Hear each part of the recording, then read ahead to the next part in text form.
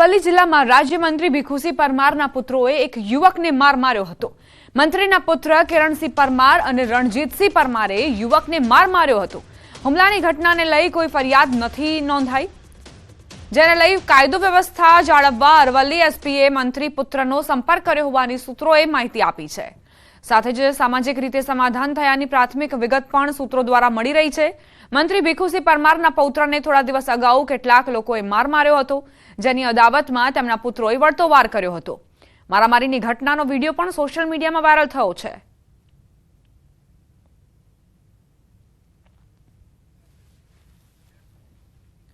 પાણી પ્રદૂષણ કૌભાંડનો પર્દાફાશ। કેમિકલયુક્ત પાણી દરિયામાં ઠાલવતી કંપની આણંદના ખંભાતના દરિયાકાંઠાની ઘટના સામે આવી છે। પ્રદૂષણ વિભાગની તપાસમાં ચોંકાવનારો ખુલાસો। સોખડા જીઆઈડીસીની 2 કંપની દ્વારા કેમિકલયુક્ત પાણી છોડાતું। જતવિન ઇન્ડસ્ટ્રીઝ અને દત્ત કેમટેક કંપનીમાં સર્ચ ઓપરેશન હાથ ધરાયું હતું, જેમાં ચોંકાવનારી વિગતો ખુલી। આ બંને કંપનીઓ તેમના કેમિકલ વેસ્ટેજ, પ્રદૂષિત પાણી અને વેસ્ટેડ એસિડના નિકાલ માટે જમીનમાં 10 ફૂટથી પણ ઊંડા ખાડા ખોદી 500 મીટર સુધીની પાઇપલાઇનથી ગંદા પાણીનો નિકાલ બારોબાર ખંભાતના દરિયામાં ઠાલવતી હોવાનું સામે આવ્યું છે।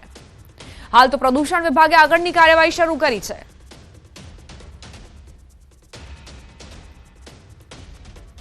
ખંભાતના અખાતના ક્રીકમાં ઇલીગલ વેસ્ટ વોટર ડિસ્ચાર્જ કરવા બાબતની પોલ્યુશન કંટ્રોલ બોર્ડને ધ્યાને આવેલ અને જેના અંતર્ગત 18 ફેબ્રુઆરી અને 19 ફેબ્રુઆરી 2 દિવસ એક્સકેવેશન એક્ટિવિટી હાથ ધરવામાં આવેલ અને જેમાં લગભગ 8 થી 10 ફૂટ ઊંડી પાઇપલાઇનથી ઇન્ડસ્ટ્રીથી ક્રીક સુધી વેસ્ટ વોટર ડિસ્ચાર્જ માટેની પાઇપલાઇનનું એક્સકેવેશન કરવામાં આવેલ અને જેમાં લગભગ 500 મીટર જેટલું એક્સકેવેશન કરી અને ઇન્ડસ્ટ્રી આઈડેન્ટિફાઈ કરી અને 2 ઇન્ડસ્ટ્રી પ્રદૂષણ નિયંત્રણ બોર્ડને ધ્યાને આવેલ।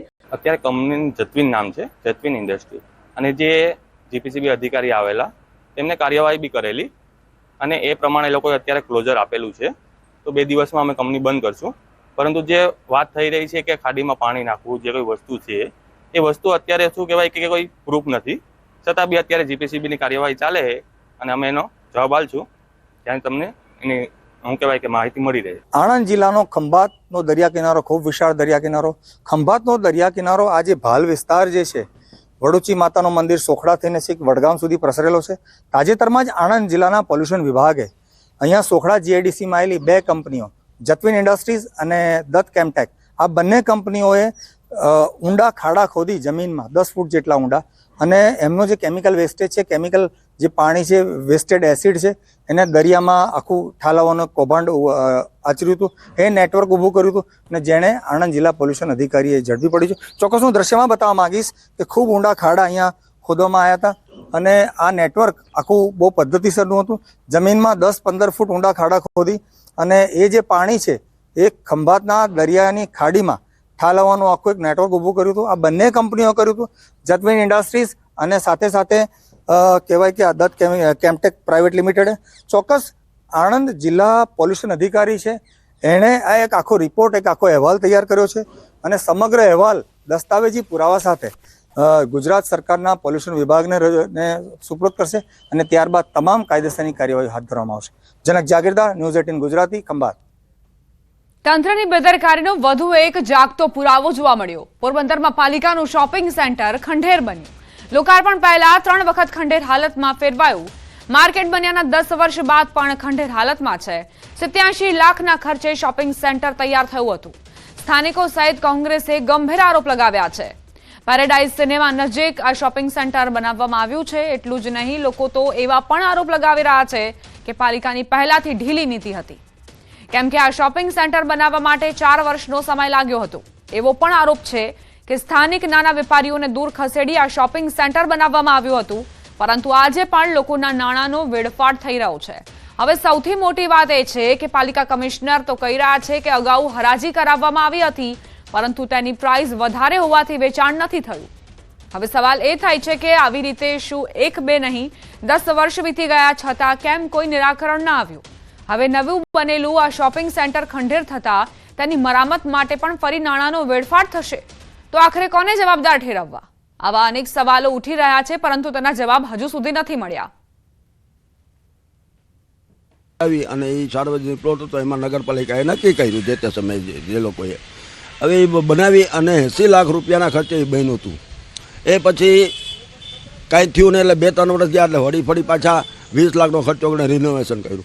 મારું કહેવાનું એમ છે કે આ દુકાનો બનાવી છે ને આજ લગભગ 8 થી 10 વર્ષ થઈ ગયા.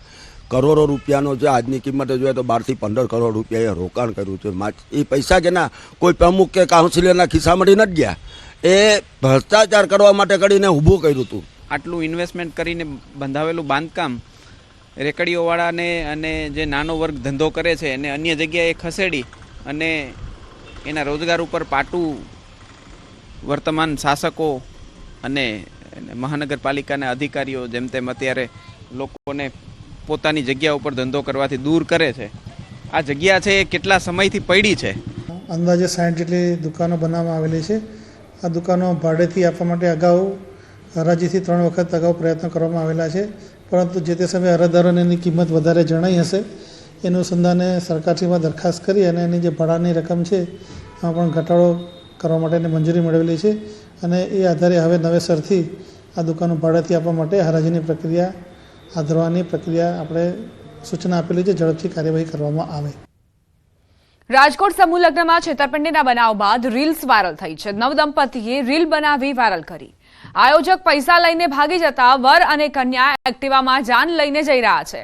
વર અને કન્યા એક્ટિવા લઈને આયોજકને શોધવા નીકળ્યા છે કે જાન લઈને નીકળ્યા છે તેવા રમૂજી સવાલો ઉઠ્યા છે.